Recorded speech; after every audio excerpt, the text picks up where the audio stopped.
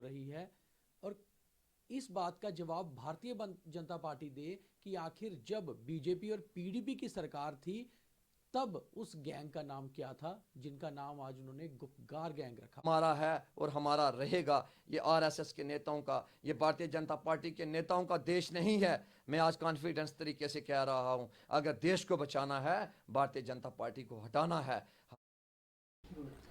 जम्मू कश्मीर से धारा 370 हटने के बाद जो राजनीतिक परिस्थितियां हैं उसके अनुसार बीजेपी का कहना है कि लोगों के लिए अच्छे दिन यही हैं। वहीं दूसरी ओर पीडीपी और नेशनल कॉन्फ्रेंस ने गुपकार गठबंधन बनाकर बीजेपी के विरोध में खड़े होने का फैसला किया है, जबकि कांग्रेस अभी किसी भी मुकाम पर यह नहीं डिसाइड कर पा रही कि आखिर किस ओर जाना है। हमारे साथ कांग्रेस के युवा नेता सनम शाह हैं, जो फायर ब्रांड नेता के रूप में उभर कर आ रहे हैं, लगातार कटाक्ष करते हैं अन्य पार्टियों पर। उनसे जानते हैं कि आखिर कांग्रेस की स्थिति को लेकर वे क्या कहेंगे और कांग्रेस के हालात जम्मू कश्मीर में भी लगातार पतले होते जा रहे हैं। ये हमने डीडीसी चुनाव के रिजल्ट में देखा है। सनम जी, स्वागत है आपका इंडिया स्टेट टाइम्स में। सबसे पहले आपसे यही सवाल कि आखिर कांग्रेस की क्या हालात हैं इस समय? Thank you sir. सबसे पहले आपके चैनल के माध्यम से आपको और पूरे हिंदुस्तान को और जम्मू कश्मीर को नए साल की बहुत बहुत शुभकामनाएं। खुदा ताला भगवान ये दिन जो है हमें चैन अमन और सलामती के साथ अता करें जी। कांग्रेस के लिए 2021 कैसे रहने वाला है, इस तरह से सवाल पूछ लेते हैं। कांग्रेस के लिए 2021 बहुत ही अच्छा होने वाला है, बहुत ही ज़्यादा अच्छा। ये लेट बी टाइम, वक्त आने पे पता चलेगा। बट जो जुल्म और सितम, जो ज़ख़म हमें इस साल में लगे हैं, हम इनको कभी भूल नहीं पाएंगे और ना ही कोई भूलेगी। आपने कहा कांग्रेस पार्टी का क्या स्टैंड है, कांग्रेस पार्टी कमज़ोर हो रही है? नहीं, कांग्रेस ये स्प्रिंग है, इसको जितना दबाओ ये इतना ही ऊपर उठती है। कांग्रेस का जम्मू कश्मीर के लिए और पूरे हिंदुस्तान के लिए एक बहुत अच्छी सोच रही है। जम्मू कश्मीर में भी खासकर जो है कांग्रेस पार्टी की वजह से लोगों को जो है बड़ी खुशियां मिली हैं। भारतीय जनता पार्टी ने वो ऐसा नहीं किया। सर, ऐसा नहीं लगता है कि ये जो कांग्रेस आपने कहा स्प्रिंग है, स्प्रिंग को कहीं जंग सी लग चुकी है? देश में भी कांग्रेस के हालात खराब हैं, जम्मू कश्मीर में भी किसी समय सरकार चलाने वाली पार्टी आज चौथे या पांचवें नंबर पे डीडीसी चुनाव में भी जो है सामने आ रही है। कितनी और नीचे जाएगी कांग्रेस, क्या लगता है? देखें, जहाँ तक सवाल था डीडीसी इलेक्शन का, वो मैं आपको बताना चाहता हूँ कि आपको पता है कि कांग्रेस पार्टी ने जब डीडीसी इलेक्शन यहाँ पे हुआ, जो हमारी नेशनल लीडरशिप ने, जो स्टेट की लीडरशिप ने फैसला किया, लोगों ने कहा कि हम उनके साथ हैं और बीच में आ गई गुपकार गैंग। तो मैं एक छोटी सी बात कहना चाहता हूँ, बीजेपी और पीडीपी सरकार बनाते हैं तो ये देशभक्त बनते हैं। अगर ये पार्टियां मिल के इलेक्शन लड़ रही हैं तो भारतीय जनता पार्टी कहती है ये देशद्रोही हैं और ये देश विरोधी हैं। मैं आपके चैनल्स के माध्यम से पूछना चाहता हूं, आपके गले में कौन सा लाटक है जो आपने डाला हुआ है? वो कौन सा आपके गले में कार्ड है जो आपने देशभक्ति का आप सबूत बताते हो? आप पीडीपी के साथ सरकार बनाती हो तो आप देशभक्त बनते हो। पीडीपी अगर कांग्रेस या नेशनल कॉन्फ्रेंस अगर मिलकर इलेक्शन लड़ें तो आप देशद्रोही बोलते हो। सबसे बड़े देश विरोधी जो हैं, सबसे बड़े देशद्रोही ये भारतीय जनता पार्टी वाले हैं, जो कि हमेशा नौजवानों के साथ और जम्मू कश्मीर के लोगों के साथ खेल कर अपनी सत्ता के नशे में आकर कुर्सियों में बैठने की लालच जो है ये भारतीय जनता पार्टी करती है। कांग्रेस में ये चीज़ नहीं है। कांग्रेस सेकुलर जमात है जिसके अंदर कोई जात पात, कोई इज़म कोई भी नहीं है। हिंदू मुस्लिम सिख अतात का जो नारा है वो कांग्रेस पार्टी ही ले चलती है, इन पार्टियों की तरह नहीं है। जनता क्यों दूर होती जा रही है लगातार कांग्रेस से? या आप एक तरह ये भी देखें, हम अगर नेशनल से शुरू कर लें, आपकी जो नेशनल लीडरशिप है, कांग्रेस पार्टी का एनुअल डे है और आपके जो राष्ट्रीय अध्यक्ष हैं राहुल गांधी वे इटली गए हुए हैं, तो कहीं तरह आपको नहीं लगता कि नॉन सीरियस तरीके से पूरी तरह से कांग्रेस चल रही है? देखें, मैंने आपको पहले ही बताया मैं उस पार्टी का एक अदना सा सिपाही हूं। कांग्रेस पार्टी ने देश को आज़ाद करवाया था। 1947 से लेकर आज तक हमारे देश में एक सुई नहीं थी बनती। ये जितनी भी टेक्नोलॉजी है ये कांग्रेस के थ्रू हुई है। भारतीय जनता पार्टी का कोई एक आप काम बताएं जिन्हें देश के लिए कुछ किया है? नहीं किया। इन्होंने सिर्फ मजदूरों को, जो हमारे लेबर हैं, उनको दबाया है। वहां पे रिलायंस के टावर बनाए हैं। कांग्रेस पार्टी की जहां तक बात की जाए, राहुल गांधी जी एक सेंसिटिव पॉलिटिशियन है, वो एक देश का फ्यूचर है। उन्होंने कांग्रेस पार्टी का इस देश के लिए और जम्मू कश्मीर के लिए उन्होंने कुर्बानियां दी हैं।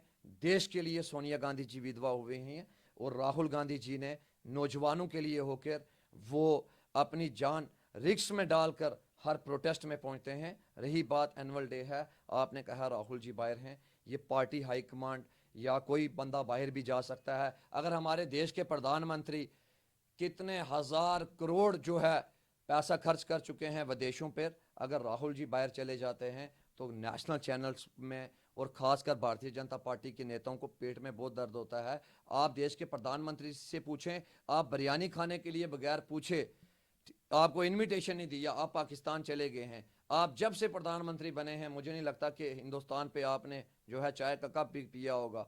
आपने जो कुछ भी किया है वो बाहर के मुल्कों में जाके किया है। अगर राहुल जी कहीं बाहर चले जाते हैं तो it is not big issue. बात तो आपकी ठीक है कि राहुल जी तो अल्टीमेटली इटली ही गए हैं और हर बार क्योंकि वहाँ उनकी रिश्तेदारी है, वहाँ उनको जाना होता है, इसलिए शायद कांग्रेस को ये लगता है कि वो जाना उनका ज़रूरी है। मगर पार्टी में नॉन सीरियस एटीट्यूड क्यों है सनम? देखो, मैं आपको बात बताना चाहता हूँ, मैं जम्मू कश्मीर का नागरिक हूँ और डिस्ट्रिक्ट राजौरी से बिलोंग करता हूँ। हमारे आगे भी बहुत सारी पार्टियाँ थी। जब इतिहास पढ़ा हमने और देखा कि कांग्रेस का क्या रोल रहा है तो हमने कांग्रेस पार्टी को चुना। आपने कहा कि कांग्रेस वीक हो रही है, पार्टी में जो है नहीं, आपको नहीं लगता है कि कांग्रेस वीक हो रही है? नहीं नहीं, हमें तो देखो, आज वक्त ऐसा आ चुका है कि गलतियां सरकार करती है और मीडिया सवाल जो है वो विपक्ष से कर रहा है। कांग्रेस कमज़ोर नहीं हो रही है, कांग्रेस जो है दिन ब दिन मजबूत हो रही है। और आप देख लेना, जब भी जम्मू कश्मीर के अंदर इलेक्शन होंगे, जिसने नहीं वोट डाला वो भी कांग्रेस पार्टी को वोट डालेगा। उनको पता है कि हमने जालिमों के जुल्म से, हमने गुंडों के गुंडा राज से बचने के लिए कांग्रेस पार्टी को जम्मू कश्मीर में और पूरे देश में लाना जो है ये लोगों के लिए बहुत जरूरी है। आप खुलकर बीजेपी का विरोध करते हैं, आप बीजेपी की मुख्य विरोधी पार्टी हैं, मगर जम्मू कश्मीर की बात करें तो आप ना पीडीपी और नेशनल कॉन्फ्रेंस का जो गुपकार अलायंस बना है, ना उनके सपोर्ट में आते हैं ना उनके विरोध में आते हैं, तो आप अपना स्टैंड क्लियर क्यों नहीं करते? देखें जी, ये डीडीसी इलेक्शन था, ये कोई इलेक्शन जो था ये 370 और 35A को वापस करने के लिए नहीं था। मैं आपको ये पहले एक बात क्लियर करना चाहता हूँ, ये डीडीसी इलेक्शन थे, डेवलपमेंट काउंसिल के इलेक्शन थे ये। रही बात 370 और 35A, था गुपकार अलायंस में कहा कि यहाँ पे हम लड़ेंगे और लोग चाहेंगे कि हमें जो है हमारा हक जो है वापस मिलना चाहिए। अगर कांग्रेस पार्टी गुपकार गैंग के साथ है, मैं आपको एग्जांपल दे रहा हूँ, तब भी देखें आप, हम बड़ी दूर से जीते हुए हैं। अगर कांग्रेस पार्टी इंडिपेंडेंट भी इलेक्शन लड़ रही है तब भी हमने भारतीय जनता पार्टी को घेरे में डाला हुआ है। हमारी जो नेशनल लीडरशिप ने फैसला किया है हम उसके साथ हैं। जो हमारी नेशनल लीडरशिप ने स्टेटमेंट दी है, हमारे नेशनल स्पोक्स पर्सन सुरजेवाला जी ने, हम उनकी स्टेटमेंट के साथ हैं। रही बात, ये जो डीडीसी इलेक्शन था ये डेवलपमेंट को लेकर इलेक्शन था। नहीं, अब जनता को पता तो चले कि आपकी स्टेटमेंट है क्या, आपका स्टैंड है क्या जम्मू कश्मीर में? देखो, हमारी स्टेट ये है, आज पूरी जनता चाहती है कि हमारा स्टेट वुड जो है वो हमें वापस मिलना चाहिए। हमारा जो हक है 35A और 370 जो हमारी पहचान है, जो भारतीय जनता पार्टी ने हमें लूट लिया है 4 तारीख को बंद कर कर, हमारा हक वो हमें वापस मिलना चाहिए। कभी यहाँ पे टोल प्लाजा हो रहे हैं, हमारे बच्चों को जो है 4G की जगह 2G दिया जा रहा है, स्टेट के बदले यूटी दिया जा रहा है। बीजेपी ने कानून की धज्जियां उड़ाई हैं सर। मैं आपको बात बताना चाहता हूं, इन्होंने क्या कानून का पालन किया, मुझे ये बात बताएं ना। यूटी से स्टेट बनती है, स्टेट से यूटी नहीं बनती। आप पढ़ें तारीख, बैठाएं किसी भारतीय जनता पार्टी के नेता को मेरे सामने, मैं चैलेंज देता हूं, मेरी सवाल का जवाब वो दे पाए, मैं मान जाऊंगा। यूटी से स्टेट बनती है, स्टेट से यूटी नहीं बनती है। एग्जाम्पल मैं ये देना चाहता हूं आपको कि उसके बाद जो स्टेट सब्जेक्ट है उसको डस्टबिन में डाल रहे हैं, डोमोसाइल दे रहे हैं। हमारे बुजुर्गों की पहचान को, महाराजा हरि सिंह जी की पहचान को बीजेपी ने रोल दिया है, तबाह और बर्बाद कर दिया है। 370 35 से ख़त्म होने के बाद आप देखें कि हमारा रियासत जम्मू कश्मीर के अंदर कितने हालात ख़राब हो चुके हैं। टोल प्लाजा पे टोल प्लाजा, हमारी नौकरियां चली गई, हमारे बच्चों का फ्यूचर जो है वो एक्सपायर हो गया। बीजेपी ने क्या किया नौजवानों के साथ, चाइना लद्दाख के अंदर नहीं था घुसा, 38,000 चाइना जो है। मैं कहना चाहता हूं आपके चैनल के माध्यम से कि बीजेपी कब तक नेशनल चैनल का, गोदी मीडिया का सहारा लेकर लोगों को बेवकूफ़ बनाएगी। सोशल मीडिया जो है अब लोगों को जागरूक कर रहा है और लोगों को समझ में आ रहा है। तो आप लगातार टारगेट करते हैं बीजेपी पे, खास तौर पे बीजेपी के जो अध्यक्ष हैं, स्टेट के प्रेसिडेंट हैं रविंदर रैना, उनको आप टारगेट करते हैं। आपने खुद आज तक एक चुनाव नहीं लड़ा है और रविंदर रैना ने 3 चुनाव लड़ाए हैं और जितवाए हैं। तो आपको लगता, आप खुद अपने आप को एक कांग्रेस का सिंपल सिपाही मानते हैं और वो अध्यक्ष हैं पार्टी के, हालांकि आपके जिले से आते हैं, आप लगातार उनको टारगेट करते हैं, क्या कारण है? देखिए, मैं आपको बताना चाहता हूं, आपने कहा कि उन्होंने 3 बार इलेक्शन लड़ा। मैं आपको एक एग्जांपल देना चाहता हूं। दादा, बाप और पोता। पोता बाप बनता है, उसके बाद दादा बनता है, ठीक है। तो जो दादा है वो कभी पोता नहीं बन सकता। तो मेरे हिसाब से अरविंदर राणा जी अभी पोता हैं। ये चाहते हैं मैं दादा बनूं, अभी दादे की हैसियत तक ये नहीं पहुंच सकते हैं। आपने सवाल किया है कि आप इन पे वार करते हैं। मेरे हिंदुस्तान के आइन ने, डॉक्टर भीमराव अंबेडकर जी के आइन ने मुझे हक दिया है, फंडामेंटल राइट है मेरा। मुझे स्पीक ऑफ फ्रीडम है, मैं अपनी बात रख सकता हूं, मैं क्रिटिसाइज कर सकता हूं, क्योंकि हिंदुस्तान के आइन ने मुझे हक दिया हुआ है सर।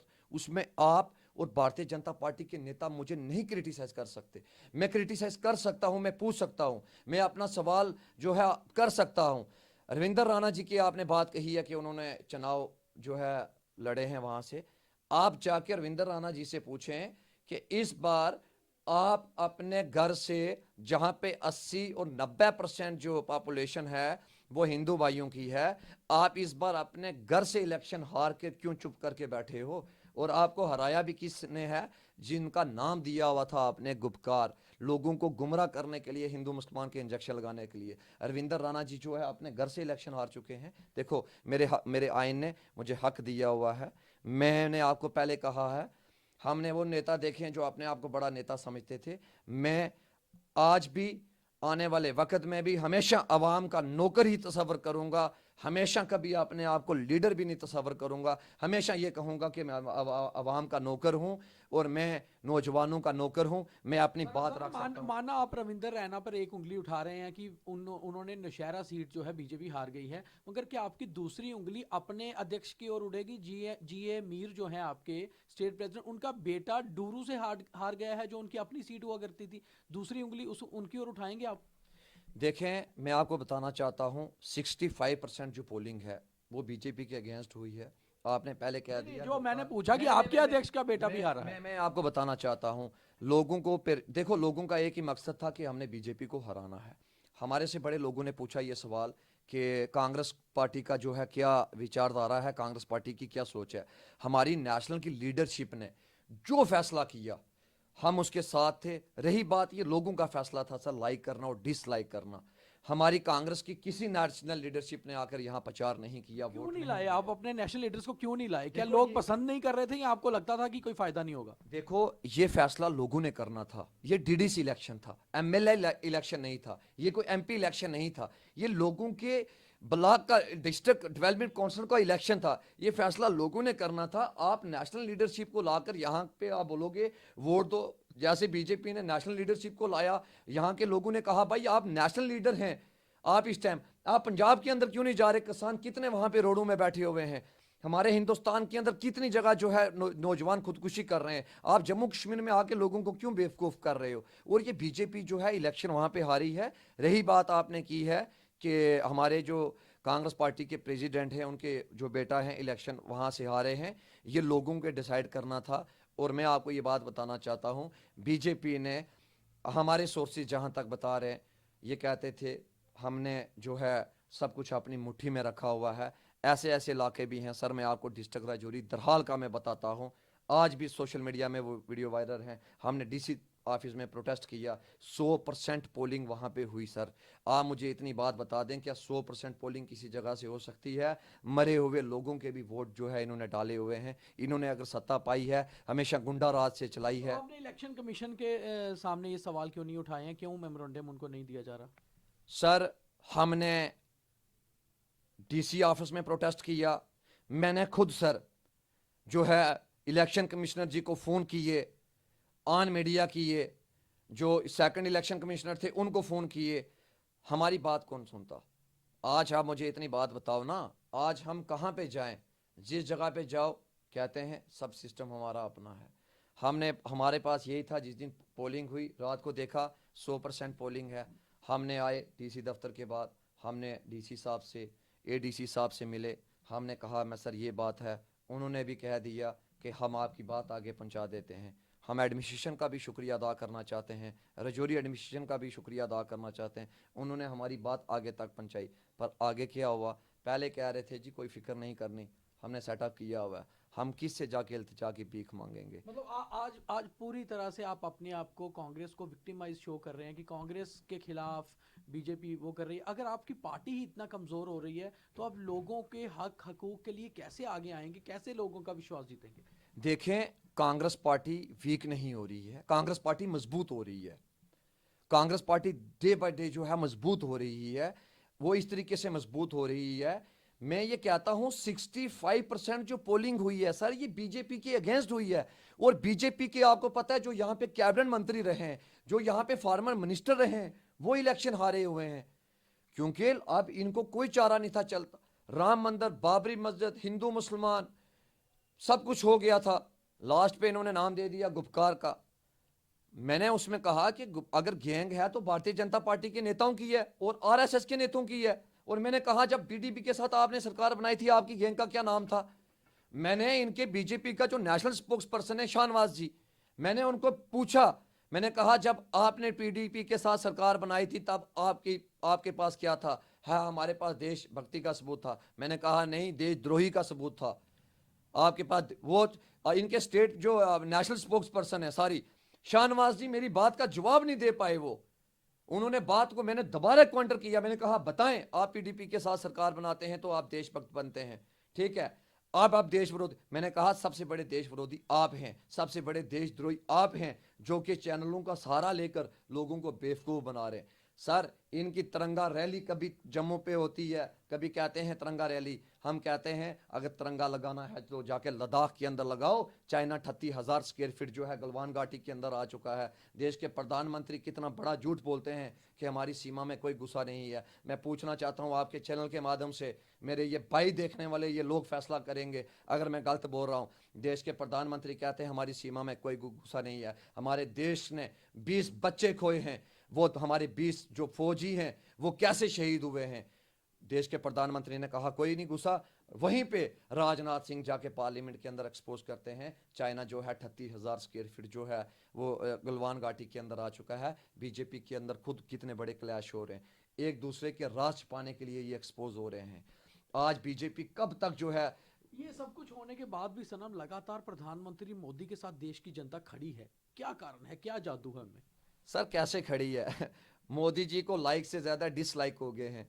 पिछले दिनों में सोशल मीडिया पे आपने देखा होगा कि देश के प्रधानमंत्री जी को लाइक से ज्यादा डिसलाइक हो गए हैं, ठीक है। और उसके बाद आप इतनी मुझे बात बताएं कि हमारे देश के, मैं आप क्या बोलूं, हम प्रधानमंत्री के पद की इज्जत करते हैं सर। मैं कॉन्फिडेंस तरीके से कह रहा हूं, ये देश हमारा था, हमारा है और हमारा रहेगा। ये देश आरएसएस के नेताओं का नहीं है, ये देश भारतीय जनता पार्टी के नेताओं का नहीं है। 1947 के बाद आज तक सर एक तरफ पे सूली पर चढ़ाया जाता था तो ये हमारा देश आज़ाद हो रहा था। एक तरफ हमारे जो वीर हैं वो गोलियां सह रहे थे तो दूसरी तरफ हमारा देश आज़ाद हो रहा था। आज पाकिस्तान जैसा और नेपाल जैसा मुल्क कहता है कि 5 साल बीजेपी को दे दो, हम हिंदुस्तान से झगड़ा नहीं करेंगे क्योंकि देश के प्रधानमंत्री खुद हिंदुस्तान को तबाह और बर्बाद कर देंगे। सर इन्होंने हमारी ज़मीनें बेच दी अडानी और अंबानी को, हमारे बच्चों के जो हैं फ्यूचर इन्होंने बेच दिए, रिलायंस के टावर लगा दिए इन्होंने। हमारी जीडीपी जो है वो कितनी माइनस हो गई है। आज सर नेपाल जैसा एक मुल्क, छोटा सा मुल्क, कहता है मैं इंडिया से युद्ध करूंगा। सर हमें दुख होता है, हमें दुख होता है, इस चीज़ पे दुख होता है। ये देश हमारा था, हमारा है और हमारा रहेगा। ये आरएसएस के नेताओं का, ये भारतीय जनता पार्टी के नेताओं का देश नहीं है। मैं आज कॉन्फिडेंस तरीके से कह रहा हूं, अगर देश को बचाना है, भारतीय जनता पार्टी को हटाना है। हमने आज, हमारा एक ही नारा है, हम अपना हक मांगते हैं, नहीं किसी से भीख मांगते हैं। हमने देश को बचाना है, हमने बीजेपी को यहां से हटाना है। तो ये थे यूथ कांग्रेस नेता सनम शाह, जिनका कहना है कि देश को बचाना है तो बीजेपी को हटाना है, और दूसरी ओर उनका ये कहना है कि कांग्रेस वीक नहीं हुई बल्कि जम्मू कश्मीर में और केंद्र में मजबूत हो रही है। और इस बात का जवाब भारतीय जनता पार्टी दे कि आखिर जब बीजेपी और पीडीपी की सरकार थी तब उस गैंग का नाम क्या था, जिनका नाम आज उन्होंने गुपकार गैंग रखा हुआ है। दीपक खजूरिया, जम्मू।